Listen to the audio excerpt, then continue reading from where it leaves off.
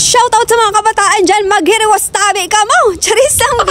O yan yung mga madibada pa din. At dahil nga trending ngayon si Neneng B ang kanyang overload hotdog, gagawa ako ngayon ng overacting hotdog o OA hotdog ni Raisa Vlogs. Bulinaw na alang. At nandito nga ako ngayon sa paborito kong lugar, ang Ilog. Hinanap ko pa talagang ilog na iniyo para sana makaluto. Bulis na po niya. Ang walat na muna na nakatiris na ako. Okay, so let's move on now to our cooking show. Siyempre, of course, we need mayonnaise para sa ating overacting hotdog, ketchup at cheese. And also, we need sito na pamprito. Charis! Ang ating not virgin coconut oil na mas safe ilagay dyan. Baka kasi magkaurula pa ade. Arog kang pag-ula mo sa imong maliputok na pagkamuot sa daing ka magtaka na tawo. Kaya sayang nang God, safety first. Charis! Nilagay ko ng hotdog ni Raisa. Pero wala man akong hotdog. Charis! For your information, tabi mga maliwada pa di, ito palang nilulutuan ko ay Tupperware na baonan. My goodness! Sakang ka-excited na mga magbarag-barag nagkarilingawan na ng kasulutuan. Bulis ni Audig din na makita umaluto. Marisa na nga itadara ko iniyo po text magsinala maluto kaya kainyo sa dahon. Aw sa kadakol-dakol na malilingawan sulutaan pa talaga. Pero sa pagkamuot ko sa imo, day ko hanggang malilingawan. Ay, kaduratan mo maday. Pwede rin pala sa Tupperware na ito magluto. Tada magayad mauri ang hotdog na iniyo. Kung sa Tupperware siya lulutoon. Alalay lang siya pre yung apoy tabaka o magkaturtong naman ini. Marauton man bati kung tutong na hotdog aday. Mabuti na lang sa mga oras yan hindi mainit sa lugar na yan tabaka kita o ang matutong. O bati dati na kitang tutong. Bulis niya po niya. Ang pigkurawan ko pa yan baka naman na para hotdog na sana o magkaturtong paan Raisa Vlogs. Bulinaw na lang. Magre-resign na talaga ako sa pagiging chef. Charis!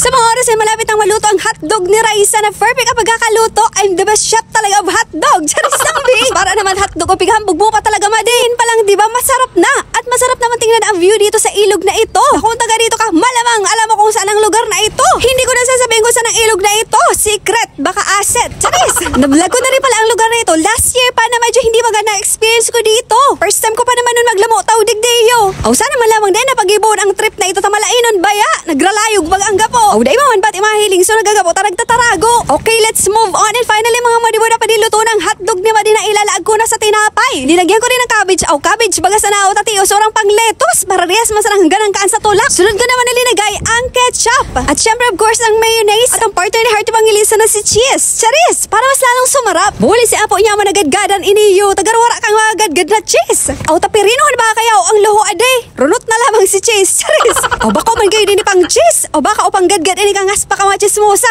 Charis lang bi. Bulis ni. O kung habo magpagadgad dae. Dae na bibirat ang habo. Birilog taran sa nang ilag sa overacting hotdog ini yung cheese na iniyo. O niya na yung tabako man talaga overload. Overacting baga talaga. Nagdagan ko ba ito na mayonnaise? Garoon ako kulangan pa ako tamas masarang magawa sa tinapay. Ang kadakol na palaman ade.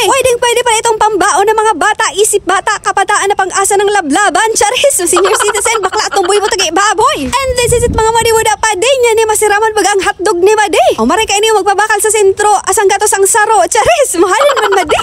O day ko lamang nang mali siya ng kakasiba ko. Ramog na palang kita kay mayonnaise sa pandukta kang kapasluan baya. O bako pinadapano ko ba kaya okay mayonnaise? My goodness. Nahiling ko lang yan. Ramog-ramog pala okay mayonnaise. Kang nag-edit na okay video. Sobrang sarap mga kang hotdog ni Madi. Hungit sa nabaki. Hungit. O pabayayin ang musinang sa panduk. Ang importante mahalaga. Basog kita. Sabi ba na kaya iayon bagada sa gayon ang arte. O day mangitang gayon ka. Dahil na kita mainarte. O tadi silo pa baga o kaya o maghungit-hungit kang hotdog na iniyo. O ngaspa ka na ko pero sa diyot man sa ang ngaspa ko. Di pa silo nang isubo.